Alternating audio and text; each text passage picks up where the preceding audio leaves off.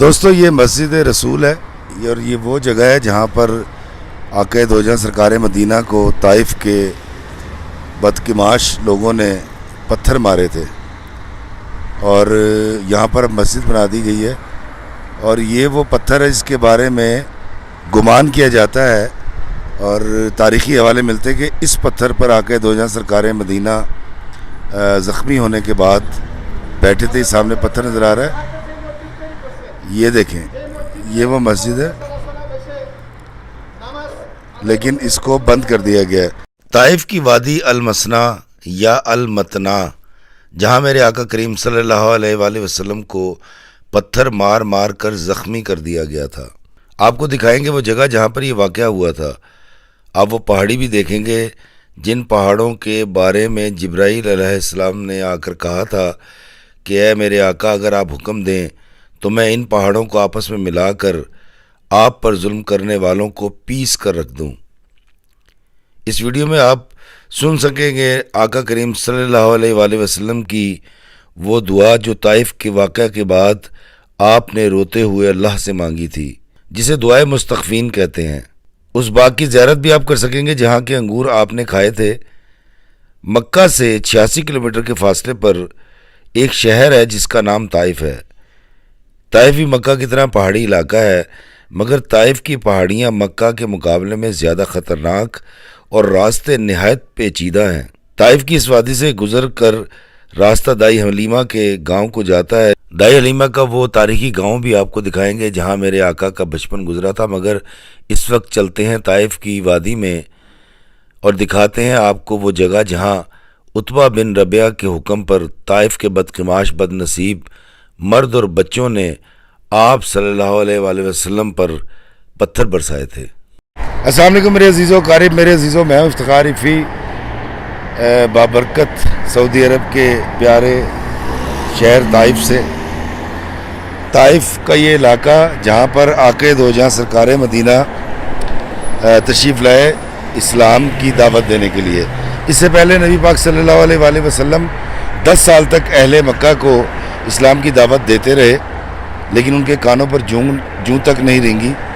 پھر آپ نے کوشش کی کہ مکہ کے علاوہ دیگر علاقوں میں بھی جا کر اسلام کی تبلیغ کی جائے، تو آقا دو جہاں سرکار مدینہ صلی اللہ علیہ وآلہ وسلم طائف کے اس علاقے میں حضرت زید بن حارثہ رضی اللہ تعالیٰ عنہ کے ساتھ تشریف لائے تاکہ یہاں کے لوگوں کو اسلام سے مشرف کیا جائے۔ تو وہ یہ مقام ہے۔ سعودی گورنمنٹ نے کام بہت اچھا کیا کہ یہاں پر یہ QR کوڈ لگا دیا گیا ہے اور اس کو آپ سکین کرتے تو اس کی پوری تاریخ آ جاتی ہے۔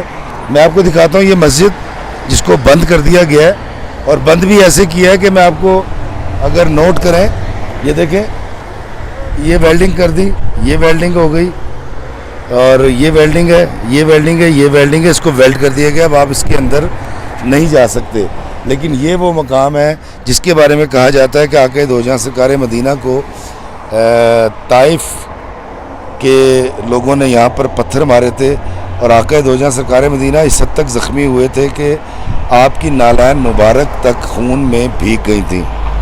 میں، میرے بچے، میرے والدین آقا دو جہاں سرکار مدینہ پر قربان۔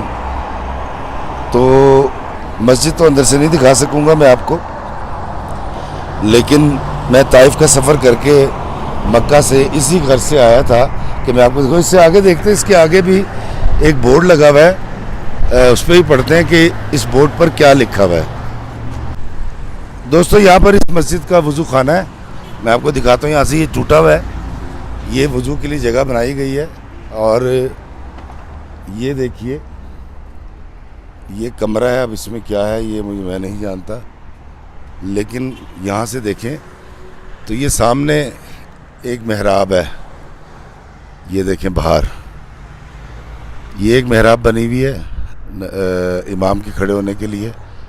اور پھر اگر اس طرف آئیں، اس طرف اگر ہم آتے ہیں تو یہاں پر بھی اندر ایک محراب بنائی گئی ہے۔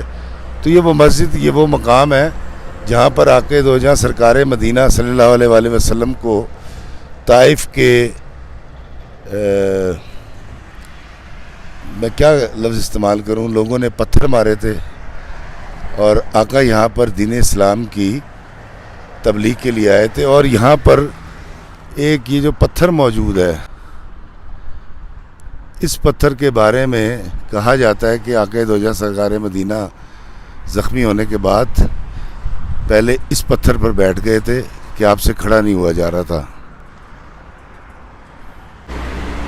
دوستو، یہ میرے پیچھے آپ پہاڑ دیکھ رہے ہیں، یہ وہ بدنصیب پہاڑ میں کہوں گا ہے جس کے اوپر طائف کے لوگ جو چڑھ گئے تھے، اور جب آقا کو پتھر مارے جا رہے تھے تو وہ ان پہاڑوں پر چڑھ کر نہ صرف ٹھٹھا کر رہے تھے، مذاق اڑا رہے تھے اور بری اور گندے الفاظ استعمال کر رہے تھے۔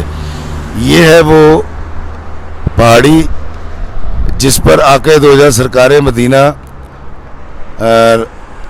کو پتھر مروانے والے کھڑے تھے اور آقا کا مذاق اڑایا جا رہا تھا، کہے لگائے جا رہے تھے، اور آقا دو جہاں سرکار مدینہ صلی اللہ علیہ وآلہ وسلم کی نالین مبارک تک یعنی جوتیاں تک خون میں پھینک گئی تھیں۔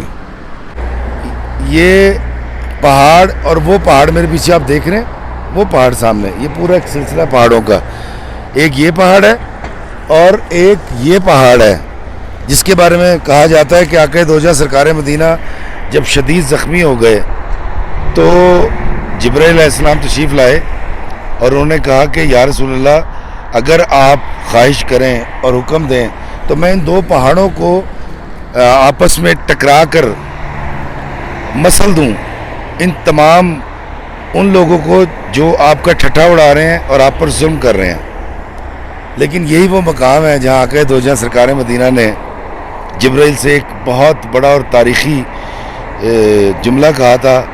آپ نے فرمایا تھا کہ جبرائیل، یہ لوگ مجھے نہیں جانتے، اگر یہ مجھے جانتے تو ایسا نہ کرتے۔ ہو سکتا ہے ان میں یا ان کے آنے والی نسلوں میں سے کوئی مجھ پر ایمان لے آئے اور مسلمان ہو جائے۔ اور دوستو، آج طائف کا یہ سارا علاقہ، اس میں 99% مسلمان رہتے ہیں۔ آقا کی وہ بات پوری ہو گئی۔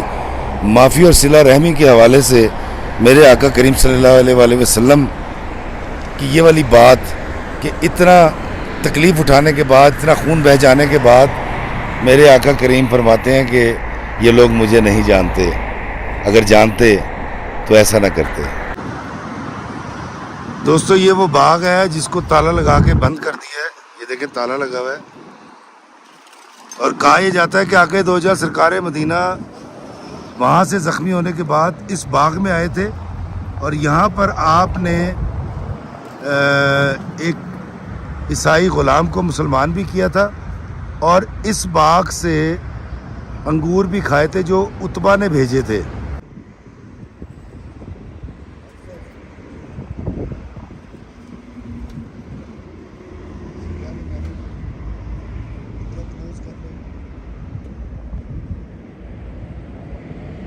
اداس نامی ایک عیسائی غلام عتبہ کے حکم پر انگور لے کر اس باغ میں سرکار دو عالم صلی اللہ علیہ وآلہ وسلم کے پاس آیا اور عتبہ بن ربیعہ کا پیغام دیا کہ یہ انگور کھائیں اور یہاں سے چلے جائیں، یہاں کوئی ان کی بات نہیں سنے گا اور نہ ہی کوئی ایمان لانے والا ہے۔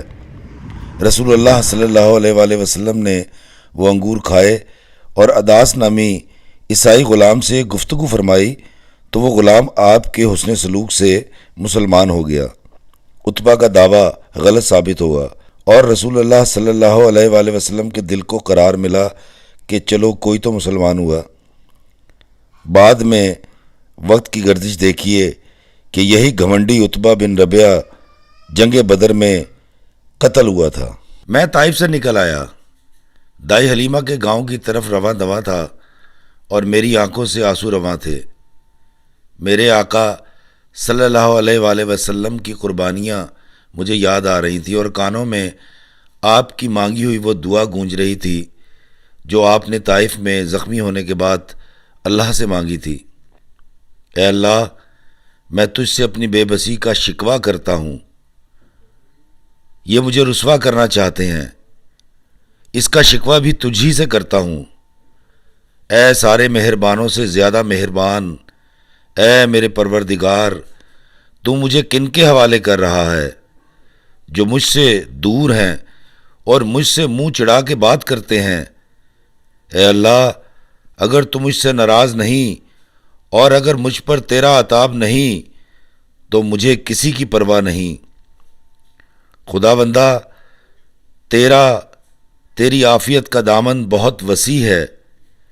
اے اللہ، میں پناہ مانگتا ہوں اس سے کہ مجھ پر تیرا غضب پڑے یا عتاب نازل ہو۔ تجھی کو منانا ہے اور اس وقت تک منانا ہے کہ جب تک تو راضی نہ ہو جائے۔ گاڑی فراٹے بھرتی ہوئی دائی حلیمہ کے گاؤں کی طرف جا رہی تھی اور میں من ہی من شرمندہ ہو رہا تھا کہ رسول اللہ صلی اللہ علیہ وآلہ وسلم نے جن کو معاف فرمایا تھا وہ مسلمان نہیں تھے، ظلم پر آمادہ تھے اور کافر تھے، مگر میں اپنے رشتہ داروں، محلے داروں، دوستوں، احباب کو معاف کرنے کو تیار نہیں، جو کافر بھی نہیں ہیں اور مجھ پر ظلم بھی نہیں ڈھاتے۔ اللہ مجھے سنت رسول اللہ پر عمل کرتے ہوئے اللہ کے بندوں کو معاف کرنے کی اور نیک سلوک کرنے کی توفیق عطا فرمائے تاکہ میرا اللہ مجھ سے راضی ہو۔ اللہ ہمیں آسانیاں عطا فرمائے اور آسانیاں تقسیم کرنے کا شرف عطا فرمائے۔ آمین۔ السلام علیکم ورحمۃ اللہ وبرکاتہ۔